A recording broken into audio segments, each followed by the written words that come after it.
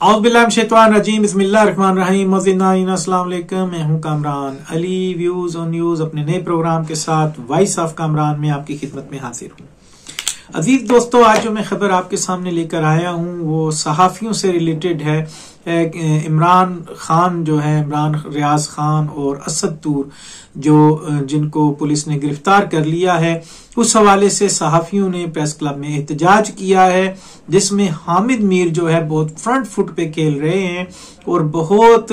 जो है जारहाना तरीके से ये अपना मौकफ दे रहे हैं। जो उन्होंने मौकफ दिया है उनमें उन्होंने बज़ाहिर तो ये एहतजाज जो है वो इमरान खान, रियाज और असद तूर की रिहाई के लिए था, लेकिन यहाँ पर हामिद मीर उनको कह रहे हैं, जिनको वो पुकार रहे हैं या चैलेंज दे रहे हैं, उन्होंने ये कहा कि हम आपसे इमरान रियाज खान और या असद तूर की जो है गिरफ्तारी को उनको रिहा करने का मुतालबा नहीं कर रहे, बल्कि हम आपसे इस बात का मुतालबा कर रहे हैं कि तुम्हारी लिस्ट जो हम जानते हैं कि किन किन सहाफियों को तुमने गिरफ्तार करना है, उनको एक बार गिरफ्तार कर लें ताकि ये काम आपका खत्म हो जाए और आप जो है इस वक्त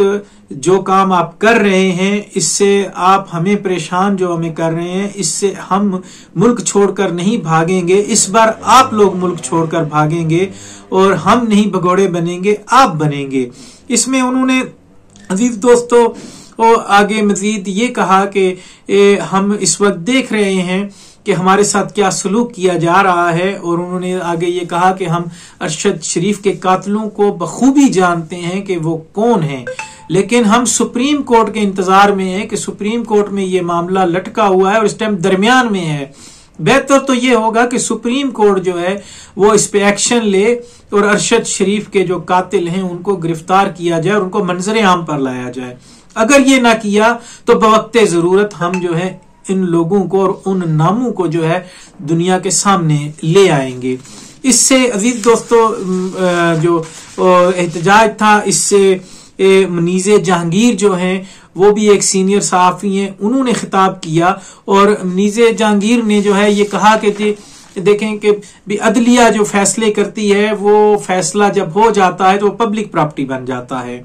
और जब पब्लिक प्रॉपर्टी बन जाए तो उस पे तनकीद कोई भी शख्स जो है पाकिस्तान का वो तनकीद कर सकता है। और इस पे काजी फायज ईसा साहब ने खुद भी ये कहा है कि हमारे फैसले पे तनकीद करने का सबको हक है। अब असद तूर के मामले में ये हुआ कि उसने काजी फायज ईसा के जो है कुछ फैसलों के ऊपर तनकीद की और कुछ उनके हवाले से इलेक्शन के अंदर बदउनवानियों में उनकी शमूलियत के हवाले से कुछ बातें की, जिसके बाद उन्हें गिरफ्तार कर लिया गया। तो इस पे मनीजे जहांगीर ने जो है मजीद ये कहा है इस वाक़े पे कि भी हम अभी मजीद छानबीन करेंगे कि अदलिया के जो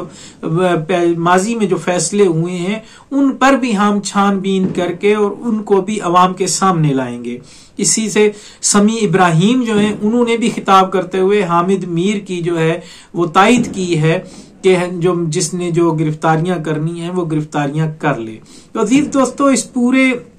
सिनेरियो के अंदर आप देखें कि हामिद मीर पहले भी नून लीग के वक्त में ऑफ एयर हो चुके हैं और उनके ऊपर 2 दफा कातलाना हमले हो चुके हैं। एक में उन्हें खुद गोलियां लगी हैं, उसके बाद आज इनकी गाड़ी में धमाका भी किया जा चुका है। और हामिद मीर जो है वो हमेशा बड़े फ्रंट फुट पे आकर हर सहाफियों की जो कोई भी एहतजाज हो उसमें आते हैं और शामिल होते हैं। और हामिद मीर एक मुतवाजन किस्म का तजिया देने वाले हैं। यही हामिद मीर जब 2018 के इलेक्शन थे तो उस पे खुलकर पीटीआई की मुखालफत कर रहे थे,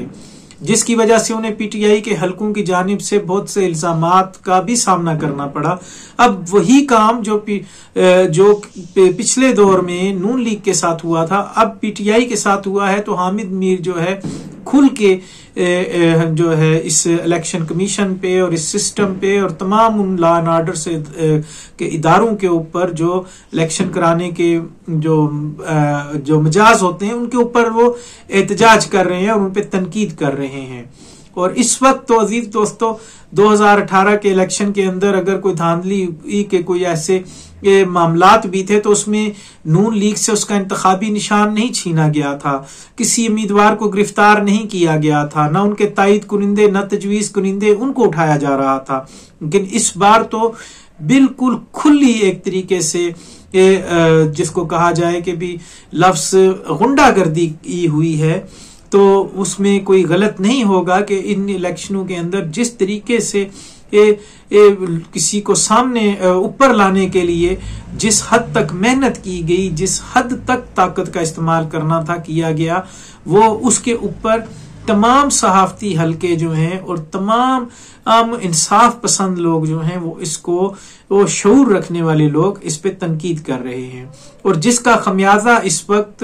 एक अजीब सी सूरत हाल में भुगतना पड़ रहा है कि जो भी बोले उसकी जुबान बंदी करने के लिए जो करना पड़े वो किया जाए। तो ये अजीज दोस्तों, इस वक्त हमारे मुल्क की जो सूरत हाल है ये बहुत गंभीर होती चली जा रही है। इस वक्त जो हुकूमत बनी है वो कोई अवामी राय आमा से नहीं बनी,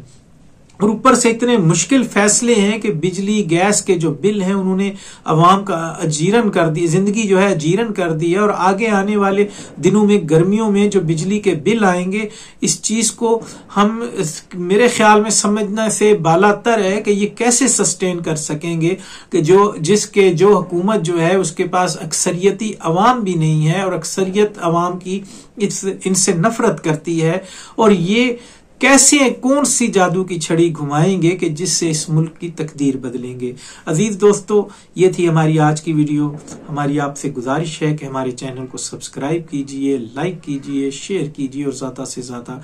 आगे बढ़ाइए। फेसबुक के साथ ही हमारे पेज को लाइक करें, हमारे पेज को शेयर करें और कमेंट में अपनी आरा से जरूर नवाजें। वमा अलैना इल्लल बलाग।